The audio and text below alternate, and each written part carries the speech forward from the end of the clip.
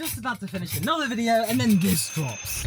Thanks, Alpine. Although admittedly, this does explain a lot and the consequences that were about to befall Esteban Ocon. So there we are. Esteban Ocon's not going to be an Alpine driver for 2025. In theory, the battle between he and Gasly has been won, in a manner that I would have rather not seen. This being decided over a situation at Monte Carlo where just last year, Esteban pulled off one of the biggest coups the team had seen in quite a while, getting a podium there.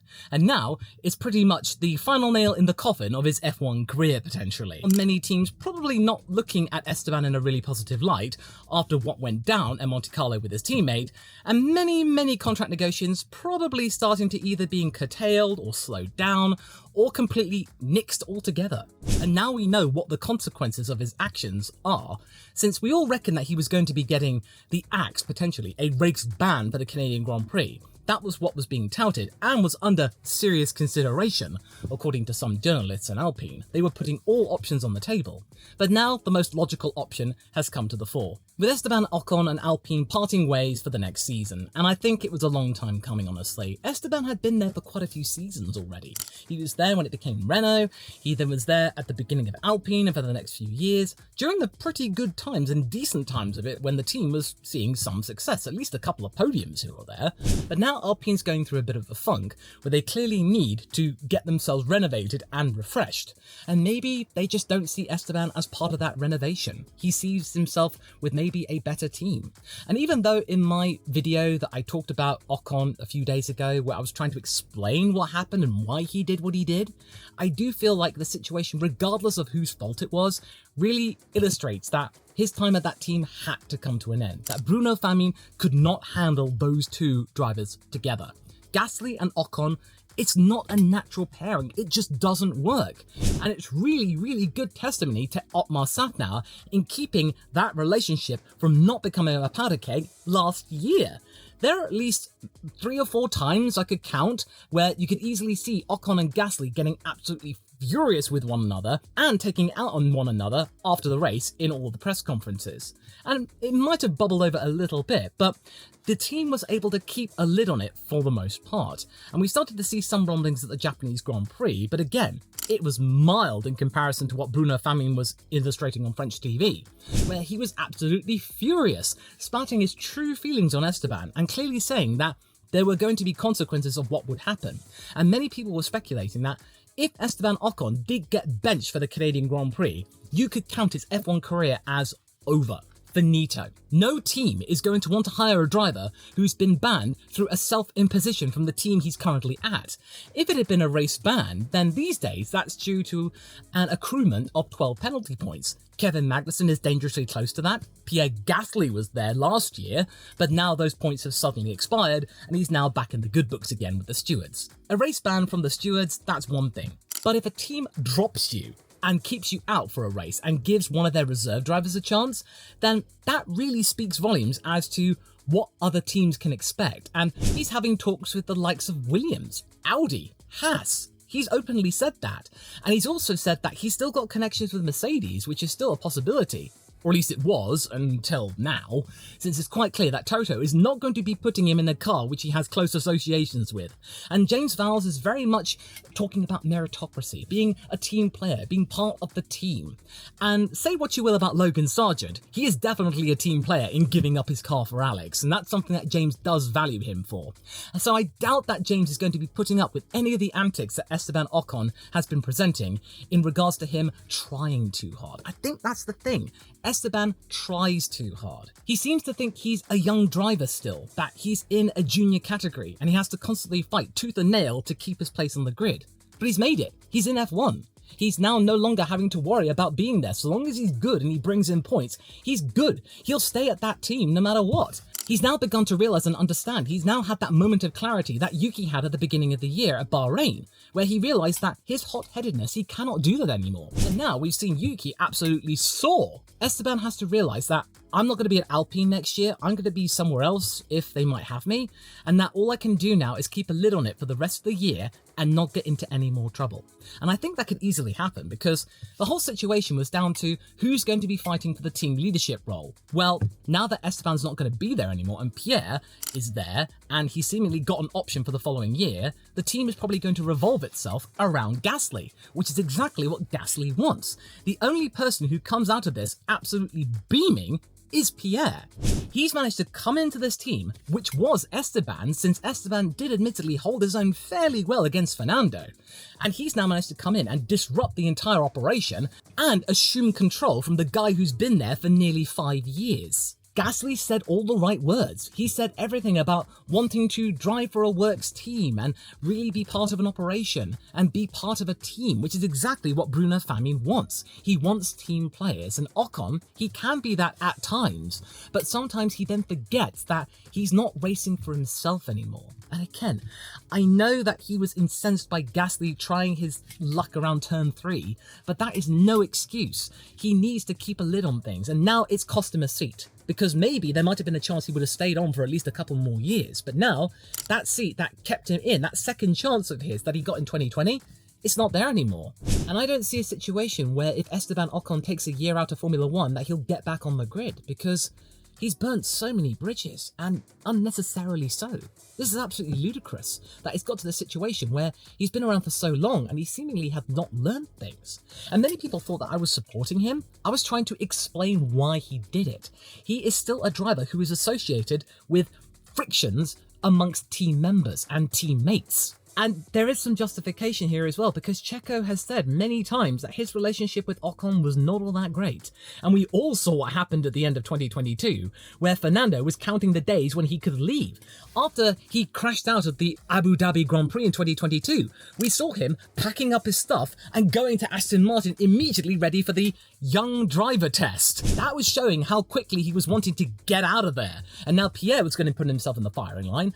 And look where we are right now.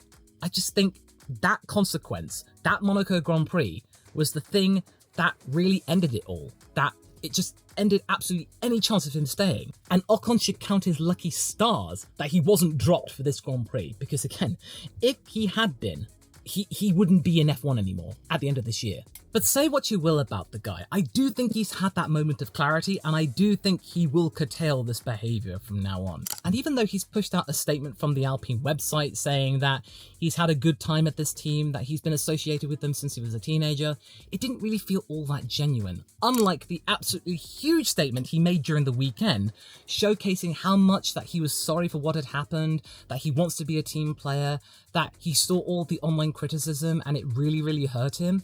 And that was more of a real response to the entire situation. Not this cookie cutter thing, which could have easily been copied and pasted from previous statements from different drivers.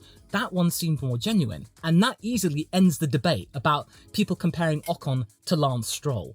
Because unlike Stroll, Ocon is aware of what happens on social media and is willingly able to show his remorse.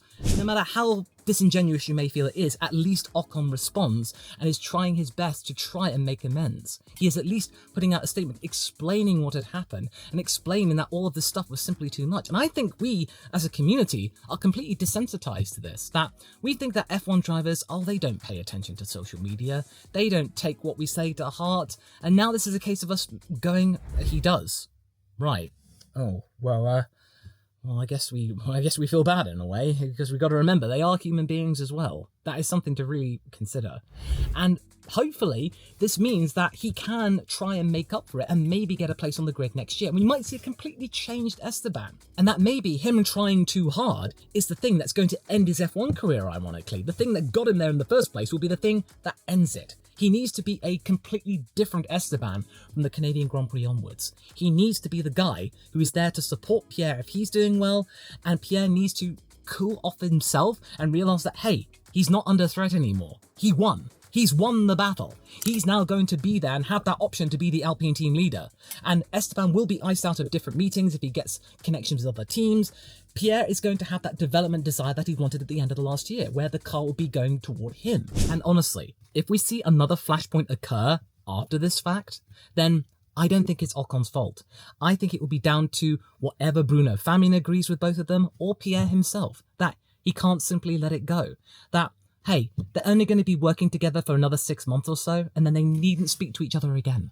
That'll be it. Surely they'd be mature enough to be able to put all of their differences aside and go, okay, we got what we want, Ocon can go and find somewhere else. He can now start to purge himself of this awkward tension with Pierre and now start to realize that, hey, I've got to rebuild my reputation again with not just drivers and teams, but also with the fans, and make people realize who the true Esteban Ocon is, not the tryhard who's desperately trying to keep in Formula One when he's already justified it with getting a podium and a victory. In my mind, if you win a Grand Prix, that is more than enough to justify your place within Formula One. Heck, if you can get multiple podiums, that's enough. I mean, Nico Hülkenberg, look at him. He's still knocking around. He hasn't got a single podium. He's just there.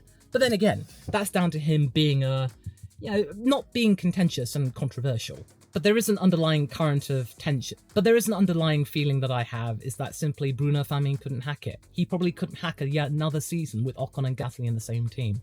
That he just couldn't keep his emotions under control, and away from the gaze of the British media, he can really be candid and truthful about his feelings of the situation. And I think that it would have been the situation if Gasly was responsible. He would have been equally incensed, and that probably would have been the death knell for Gasly's time at Alpine. It could have easily come to one driver or the other.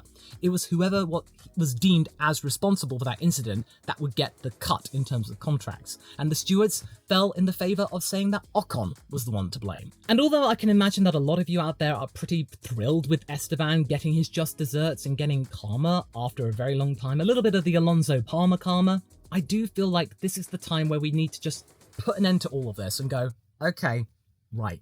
Hopefully, Esteban has learned his lesson, and he's realised that what he has been doing up until now can no longer continue. His bluff has been called. There has been a team principal who has been willing enough to at least call out all the stuff that he's done, and now he needs to change for the sake of his future in Formula One. Because if he doesn't, then no other team is going to hire him. Not Haas, not Williams, not Mercedes, not Audi, nobody.